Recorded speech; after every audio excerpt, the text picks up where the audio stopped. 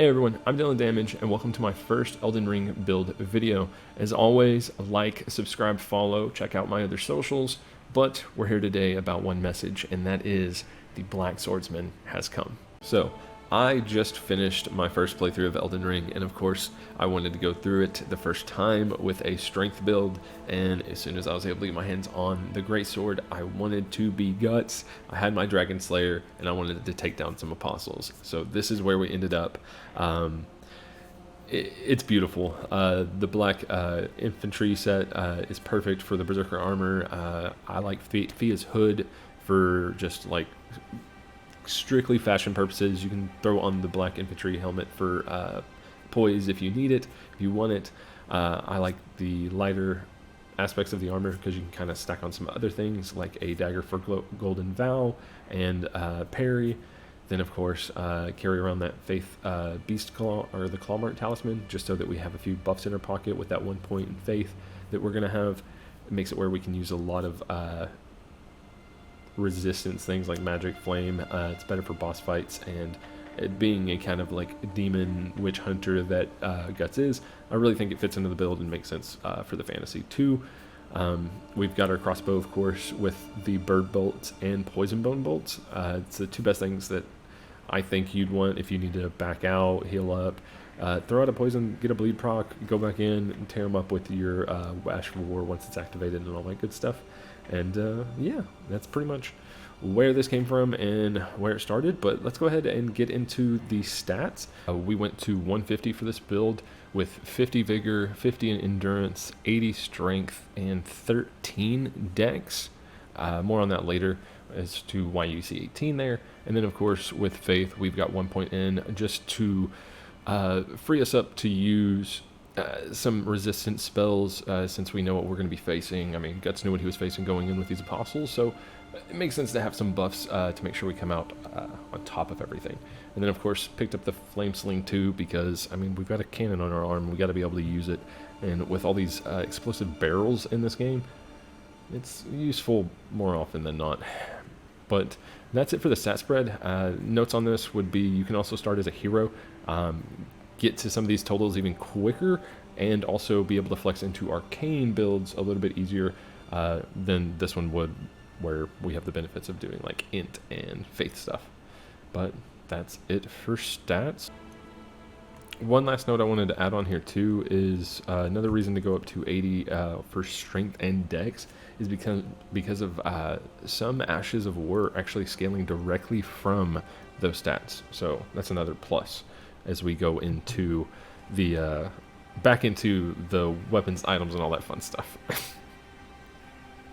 So as far as gear goes, I mean, we have to start with, I mean, numero uno, our weapon, and it is the greatsword. It is the Dragon Slayer, and I mean, it's inspired by Guts himself. Miyazaki's work continues to be influenced by Berserk even now, and it makes my heart so happy to see it return for yet another title. It's got one of the best movesets. The 3 lights work perfectly with some of our talismans and our Flask with getting those 3 hits in before a big wallop. It just gets us to our max damage. It's got the rolling poke, it's got great R2s, but we're going to replace those, so no worries. Great everything. It's got some of the best guard boost as far as two-handed weapons go, so if you're blocking with this thing, it's going to save your life 9 times out of 10, and it's going to be better to block that move that you're not too comfortable dodging yet than it is to do anything else. You can slap a lot of stuff onto this thing to make it even better, but we are going to be going with a Ash of War known as Barbaric Roar. This thing is going to give us 10% more physical damage and change our R2s to basically the old Great Club moveset.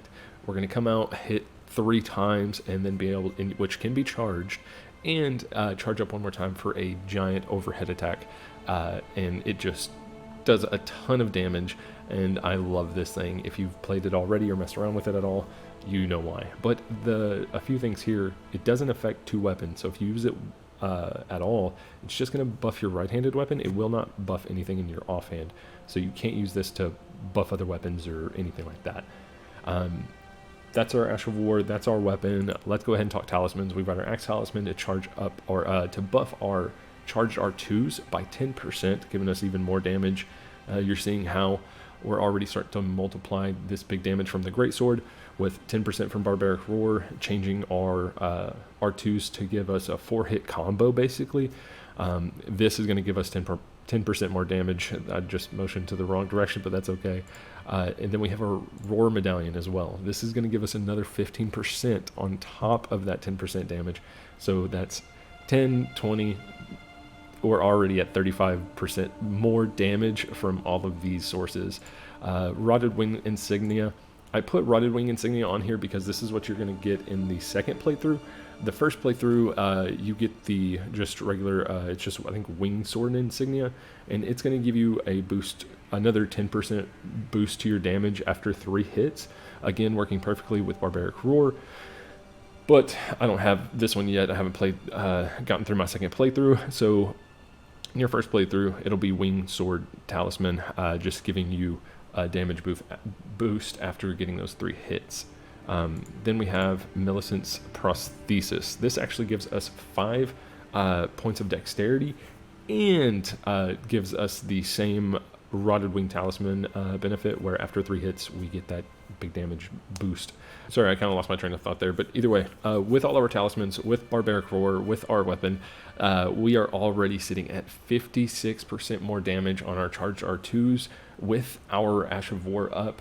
That's making it where we are just slamming into these mobs with our combo, doing tons of damage and exactly what we want. That is what this build is for.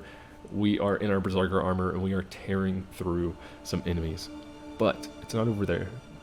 We still have our Flask, where we can double dip into these mechanics again with the Spite Cracked tier, temporarily boosting charged moves by, how much is this one? 15%.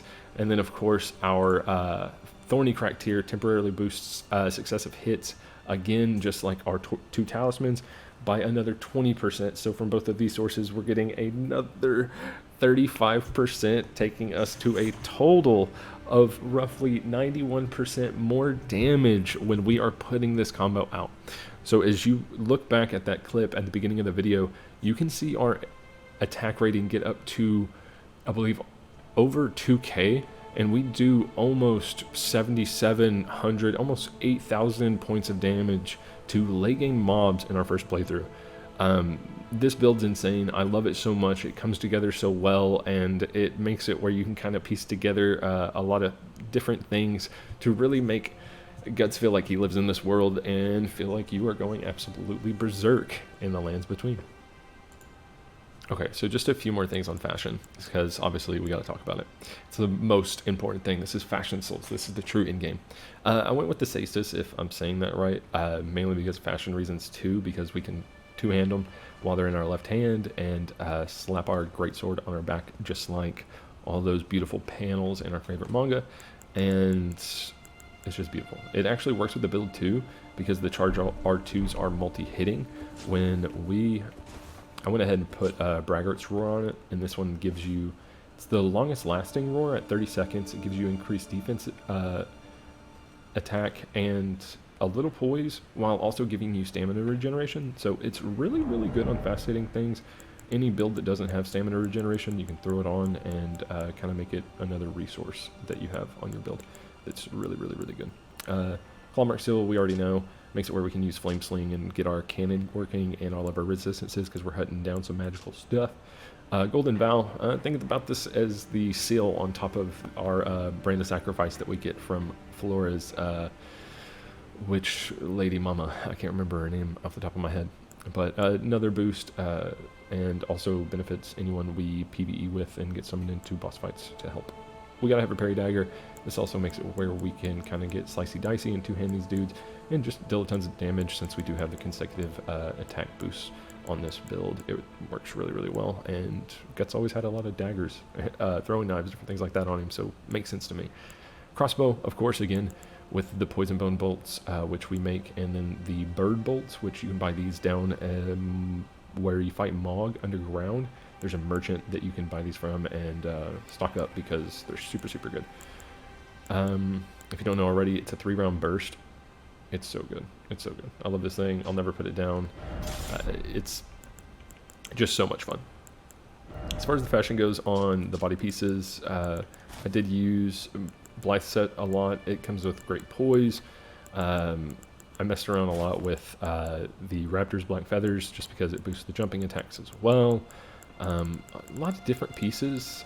Something that I liked also was the Confessor set. I just didn't like the skirt on it, the chainmail and everything. I get it, but it just didn't really scream guts to me. I did like Ronin's armor though. This definitely strikes me as like the Golden Arc armor with just the one pauldron.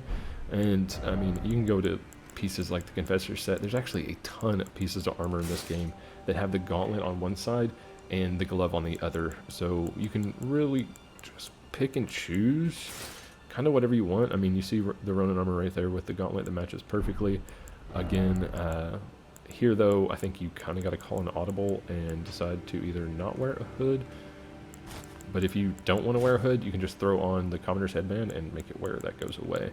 Trying to think of what his helmet looked like, but I kind of got nothing. Sorry, guys.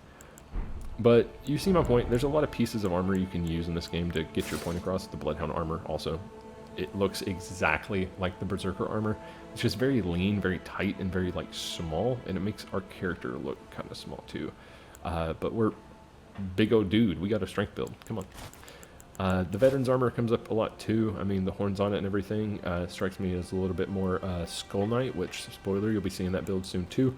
But I really do think that Blythe's armor kind of goes right into the Black Infantry stuff, and that's just where we live.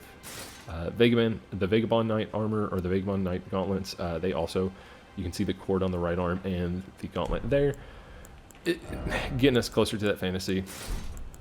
But once we get our Berserker armor, we don't take it off. We keep it there. Hey damage dealers, thank you for checking out my first Elden Ring build video. Please leave a like, subscribe for more, and ring that bell for notifications. Don't forget to praise the sun, and I'll see you next time when we get back to dealing damage.